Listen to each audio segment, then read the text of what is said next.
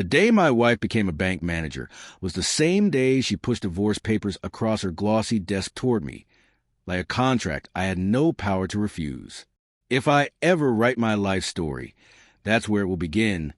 Not at our wedding, not at our first kiss, but in that office, with the scent of new printer ink hanging over legal forms and her pen already uncapped. I didn't argue. I didn't plead. I didn't even ask why, because I already knew. I just signed. My own signature looked alien, like it belonged to someone else. Then I walked out with the strange calm of a man leaving a burning house. Smoke rising, flames consuming everything, but no running, no screaming. I hadn't started the fire, but I wasn't going to stand there and choke on it either. As I passed the lobby, I heard her laughing with her coworkers.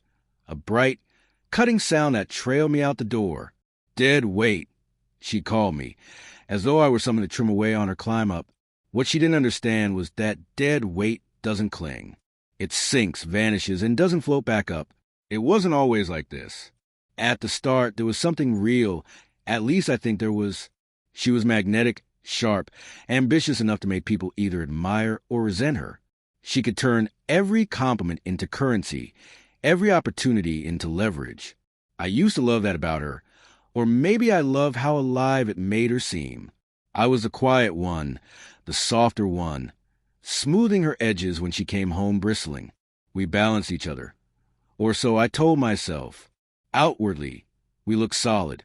Friday dinners out, trips we couldn't quite afford but smiled through anyway, holiday photos framed and hung like proof. But what outsiders saw was only the set dressing. Behind the curtain, we were already drifting apart. She thrived on control, over her career, her time, over me, and I thrived on pretending not to notice, as though ignorance could be a form of peace. For a while it worked. We floated in a marriage that looked like stability, but felt like a ceasefire. And like all ceasefires, it had an expiration date, written somewhere in invisible ink on her promotion letter, waiting for the right light to show itself. Looking back, the signs weren't subtle. They were screaming. Late nights at the office that bled into morning. Emergency meetings no one ever spoke of again. Her phone flipped face down, as if my glance might set off an alarm. Somewhere along the line, she began calling me safe, like a savings account with no interest, the kind you keep out of habit but never bother to check. Sarcasm became her only language, barbed jokes that cut deeper than she knew. One night, rinsing a glass in the kitchen, I overheard her whisper into the phone, "He won't even notice if I leave." I laughed quietly, bitterly, not because it was funny, but because I already had noticed. I'd been noticing for months. Friends started hinting that something felt off. My sister's looks said more than words. Even her coworkers, people I barely knew, held their smirks a second too long when I shook their hands, like they knew they were watching the last act of a play I hadn't realized I was in. The more she pulled away, the louder she laughed, especially at work. Once, I overheard her say, "When I get this manager job, I'm dumping him. I need a man who adds zeros, not subtracts them." Zeros. That was me. Round. Hollow. A placeholder in her story. I didn't fight back. Didn't try to change her mind. There's no dignity in begging to stay where you're unwanted. So when the day arrived, she didn't walk in like my wife. She entered like a queen back from battle, victorious, holding those papers like a royal decree. No tears. No tremor in her hands. No pause to see if I'd resist. Just a signature line waiting, as though the entire marriage had been a transaction she was closing. And me, I signed, handed back the pen, watched her smile like she cleared out the last bit of clutter in her life.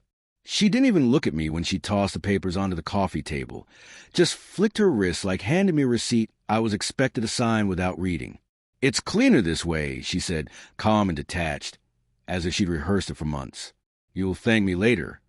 Her voice carried a finality that left no space for questions. I didn't argue. I didn't ask who had stepped into my place or how long she'd been planning this. I just sat there staring at the divorce papers, thinking about the job offer I'd turned down months earlier, the one in New York with the kind of pay that could change a life. Back then, I'd refused it, thinking stability mattered more, thinking keeping us together was worth more than chasing a dream. But suddenly her timing felt almost merciful, like the universe forcing me to take a step I'd been too cautious to take alone. She thought she was cutting loose dead weight. She didn't realize I'd been the ballast, keeping her ship steady. So I signed. I didn't flinch, didn't slam a fist, didn't cry. I slid the papers back with steady hands, stood up, and packed one bag, just what I could carry. Nothing sentimental, nothing tying me to that house or that life. I walked out before dawn and never looked back. No note, no forwarding address, no trail to follow.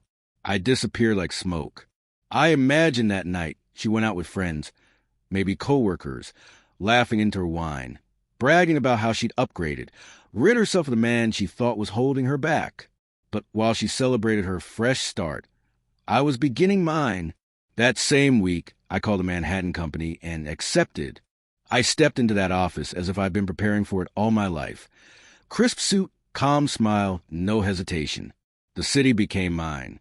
Years passed. Promotions came. My name on the door. Property bought. Investments made. Friendships built with people who value me for who I was, not for what I earned or could give. My life became sharper, cleaner, intentional. I wasn't the man she'd left anymore.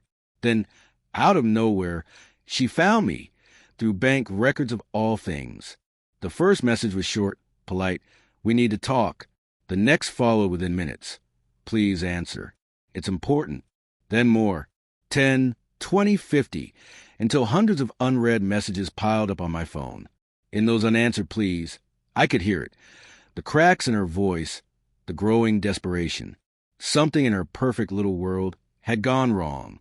When I finally took her call, I didn't speak right away. I let the silence stretch until all I heard was her breathing, shallow and uneven. "Where are you?" she whispered, unmistakably crying. For a moment, I just listened. Then I laughed, low, sharp, not out of cruelty, but recognition, finality. "Exactly where you left me," I said quietly. "Dead weight." And I hung up before she could answer. I didn't need to gloat, to remind her of what she'd thrown away, or lecture her about karma. Her voice on the other end, trembling, broken, pleading, was enough. The universe had already passed its judgment. Her upgrade wasn't the dream she'd imagined. The bank had restructured. Her new husband wasn't who she thought. The life she'd built was collapsing around her. She let go of what steadied her, and now she was drowning. Me? I kept walking. I didn't look back. Because sometimes the best revenge isn't revenge at all. It's silence. It's peace. It's building a life so steady and full the past can't touch you. When she laughed years ago about cutting loose dead weight, she never understood that I was the only one who knew how to float. And without me, she had no idea how quickly she'd sink.